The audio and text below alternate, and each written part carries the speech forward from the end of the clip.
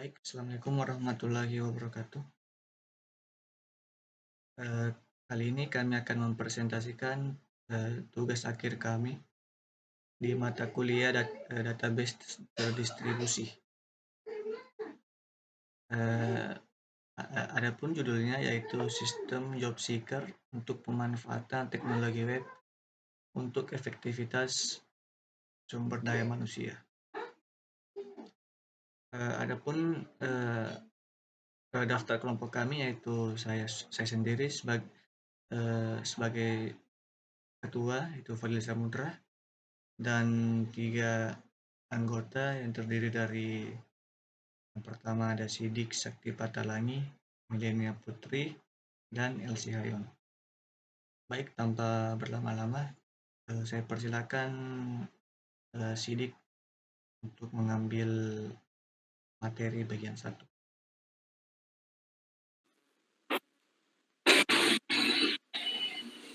Ya, terima kasih atas kesempatannya. Saya akan membacakan bagian 1, yaitu membahas tentang latar belakang masalah penelitian. Latar belakang masalah pada era 4.0 ini, di mana semua bidang di berbagai sektor hampir telah semua menggunakan teknologi IT di dalamnya. Namun untuk persoalan mencari pekerjaan masih tergolong manual dan belum semua mengimplementasikan unsur teknologi di dalamnya, sehingga berbagai masalah muncul seperti terlalu banyak waktu dan tenaga yang terbuang, materi berupa uang untuk akomodasi dan perlengkapan lain, informasi yang didapatkan cenderung kurang efektif. Tujuan job seeker pertama yaitu tidak adanya lagi sistem manual antara perusahaan maupun pelamar dalam proses lowongan pekerjaan. Yang kedua, dapat lebih mudah dipahami dan dimengerti alur dan cara penggunaannya. Yang ketiga, informasi lowongan yang disediakan bersifat kredibel sehingga dapat mengurangi informasi fiktif. Yang keempat yaitu perusahaan dan pelamar akan saling diuntungkan dalam proses merekrut atau menangkap pekerjaan karena pengeluaran budget yang minim. Yang kelima yaitu informasi tentang latar belakang perusahaan dan pelamar bersifat transparan untuk memudahkan proses membangun kepercayaan.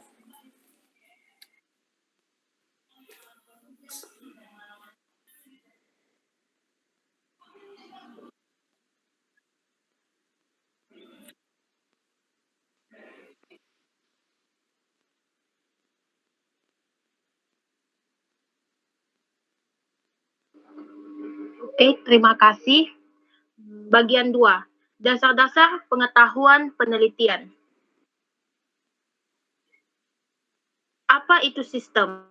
Menurut Abdul Qadir, bahwa sistem adalah sekumpulan elemen yang saling terkait atau terpadu yang dimaksudkan untuk mencapai suatu tujuan.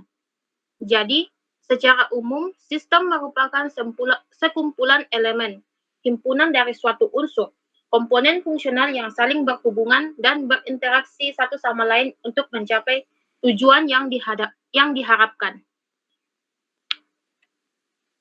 Apa itu informasi?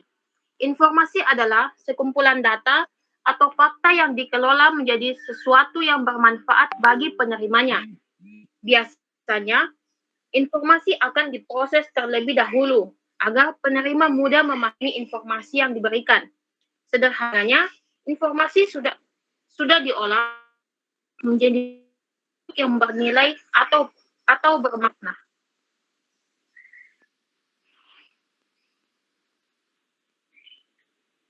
Selanjutnya, apa itu web? Website adalah kumpulan halaman dalam suatu domain yang memuat tentang berbagai informasi agar dapat dibaca dan dilihat oleh pengguna internet melalui sebuah mesin pencari.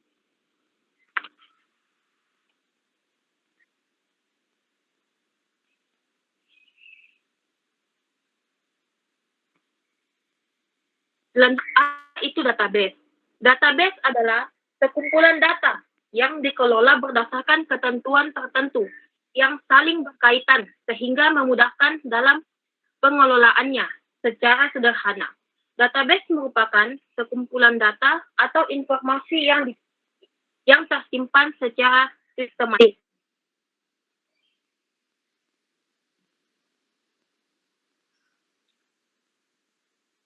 Bahasa pemrograman dan markup. Ada 3, yaitu yang pertama HTML. Bahasa markup yang digunakan untuk membuat struktur halaman website. Yang kedua, CSS, bahasa yang digunakan untuk mendesain halaman depan atau tampilan website. Yang ketiga itu PHP, bahasa pemrograman server. Maka script dari PHP nantinya akan diproses ke server.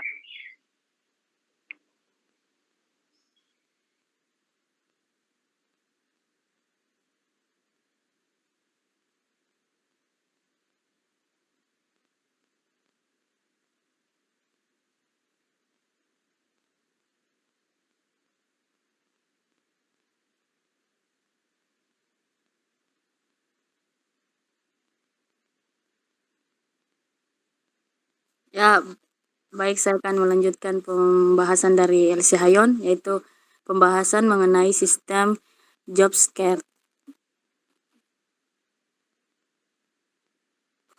Ya, ada rumusan masalah.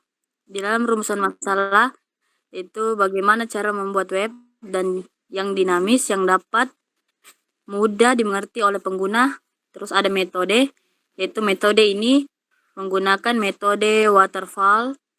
Kemudian ada perancangan interface, perancangan tampilan web menggunakan HTML dan CSS secara apa nih?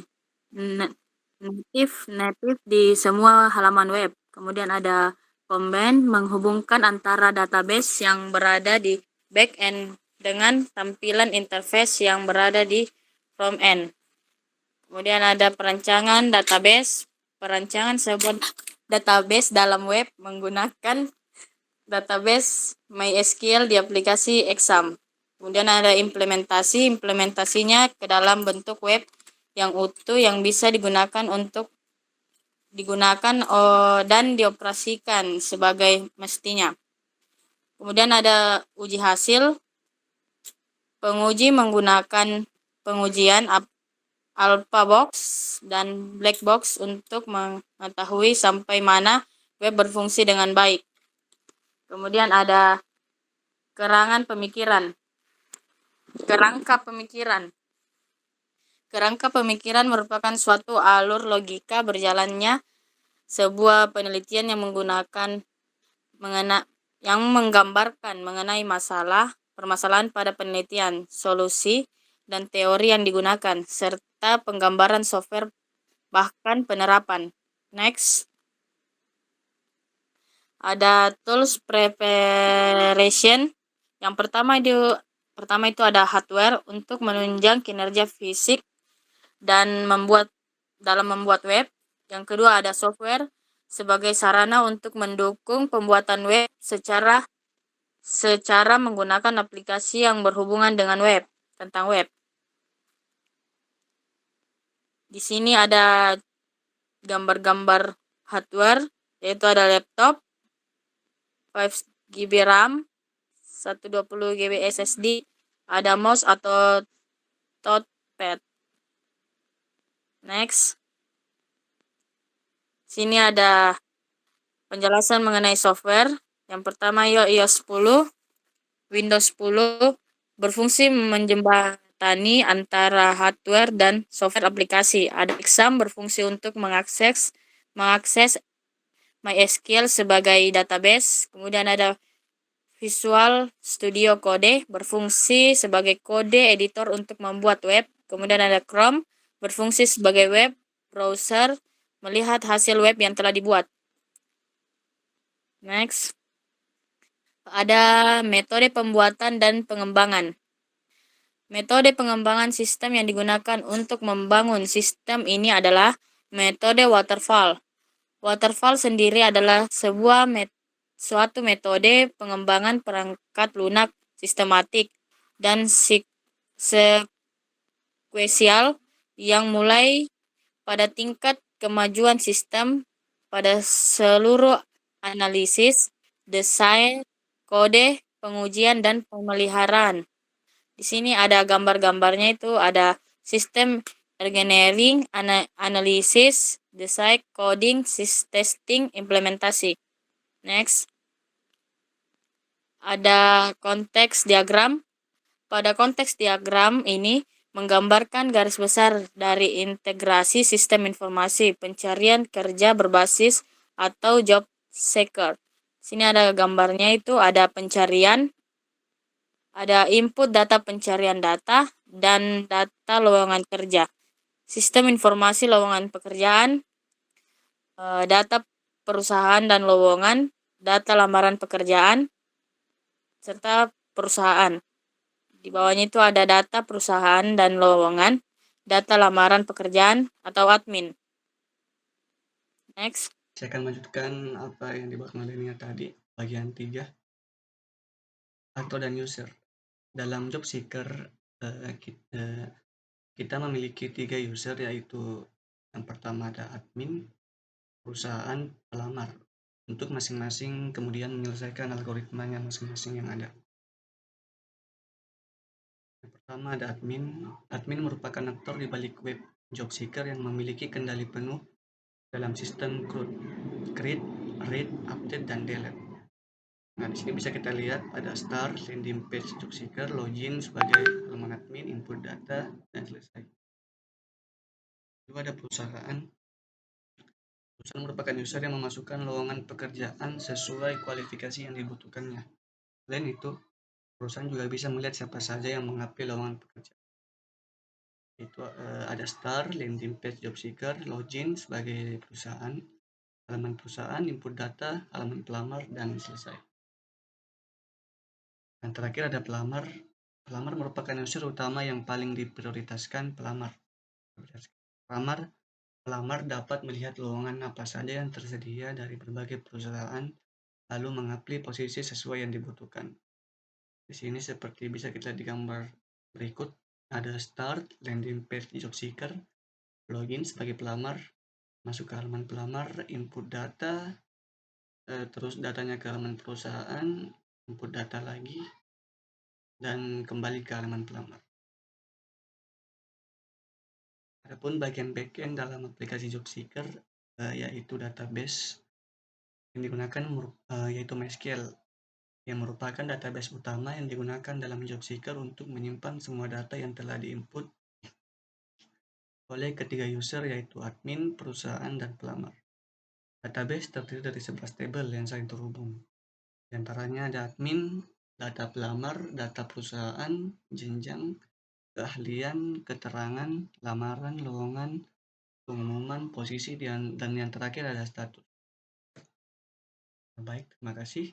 Kita akan berlanjut ke demo aplikasi webnya.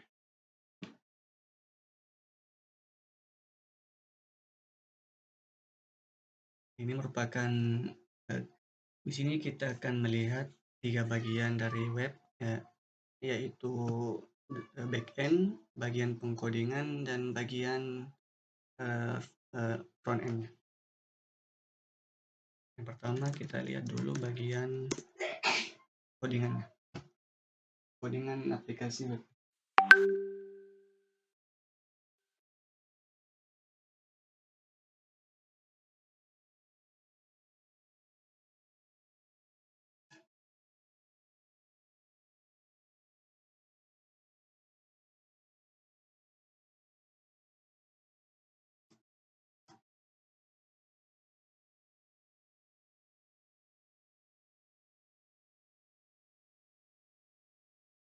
Nah, ini merupakan codingan, kami tidak akan menjelaskannya secara rinci, hanya sebatas memperlihatkan saja hasil codingannya. Ini dan halaman, ya ini menu adminnya dan menu perusahaan. Baik, kita berlanjut ke halaman backend, front end. yang menyimpan semua database yang ada. Seperti yang dikatakan tadi, ada 11 table yang saling terhubung di bagian dalam.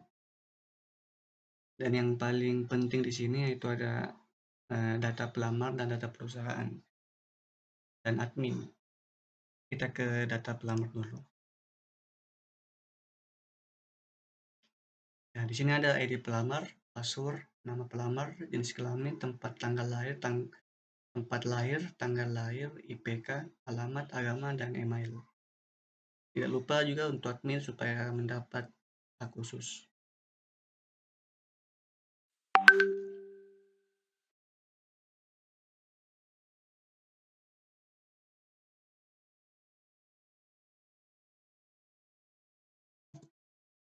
Nah, ini tampilan utama dari web job seeker. Job Bergen namanya. Yes. Nah, ini merupakan tampilan pertama atau landing page yang akan tampil pertama setelah membuka webnya. Di sini ada navigasi bar, ada logo, ada home, as, company, dan started. Lalu semakin ke bawah ada keterangan-keterangan lainnya.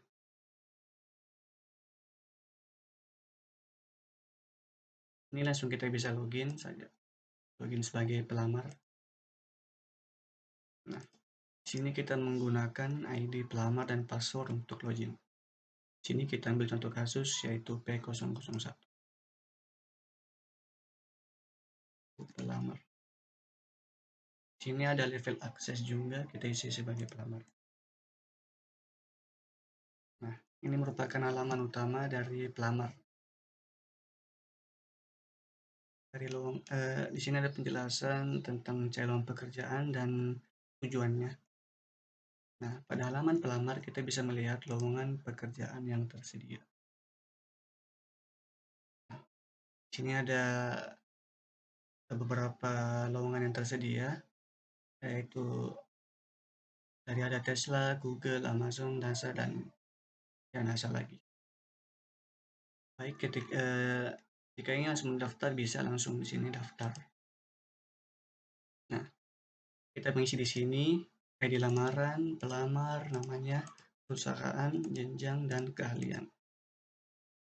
Setelah kita isi di sini, maka sesuai dengan voucher yang tadi, ini akan terkirim ke halaman perusahaan sebagai bentuk lamaran. Bisa kita lihat dulu sebagai perusahaan dulu. Login sebagai perusahaan. Nah, di dalam tabel perusahaan itu ada ID perusahaan, password, nama, bidang, alamat, email, dan ID admin. Kita menggunakan contoh kasus yang P1. Dengan password perusahaan, dengan level akses perusahaan. Nah, ini merupakan halaman utama dari perusahaan. Nah, di sini kita dapat 3 untuk buat lowongan pekerjaannya dan lowongan perusahaan yang telah dibuat, dan ada daftar lamaran. Nah, yang tadi kan sudah melamar ya, contoh kasusnya misalnya ada yang sudah melamar. Data yang sudah melamar itu akan tampil di sini, daftar lamaran. Nah, di sini bisa kita lihat siapa saja yang mendaftar, ada Sidik, Fadil, Sidik, Faki, Yusril, dan nah, di sini perusahaan mempunyai wewenang yaitu diterima atau ditolak ya. Kalau diterima, yang diklik. Terus kita isi di sini. Ini akan tampil di form pengumuman yang terdapat pada halaman pelamar. Itu sebagai bukti diterima atau ditolak. Dan buat lowongan, mungkin ada yang buat lowongan, ini juga bisa. Nah, setelah tadi daftar lamarannya, misalnya Sidik diterima, itu akan tampil di form pengumuman pada halaman pelamar. Kita kembali ke pelamar.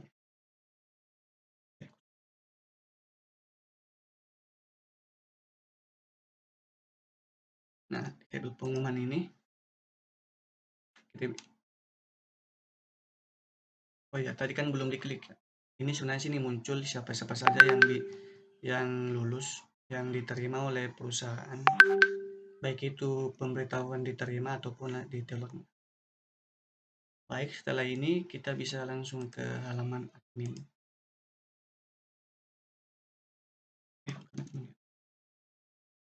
Admin A001 password.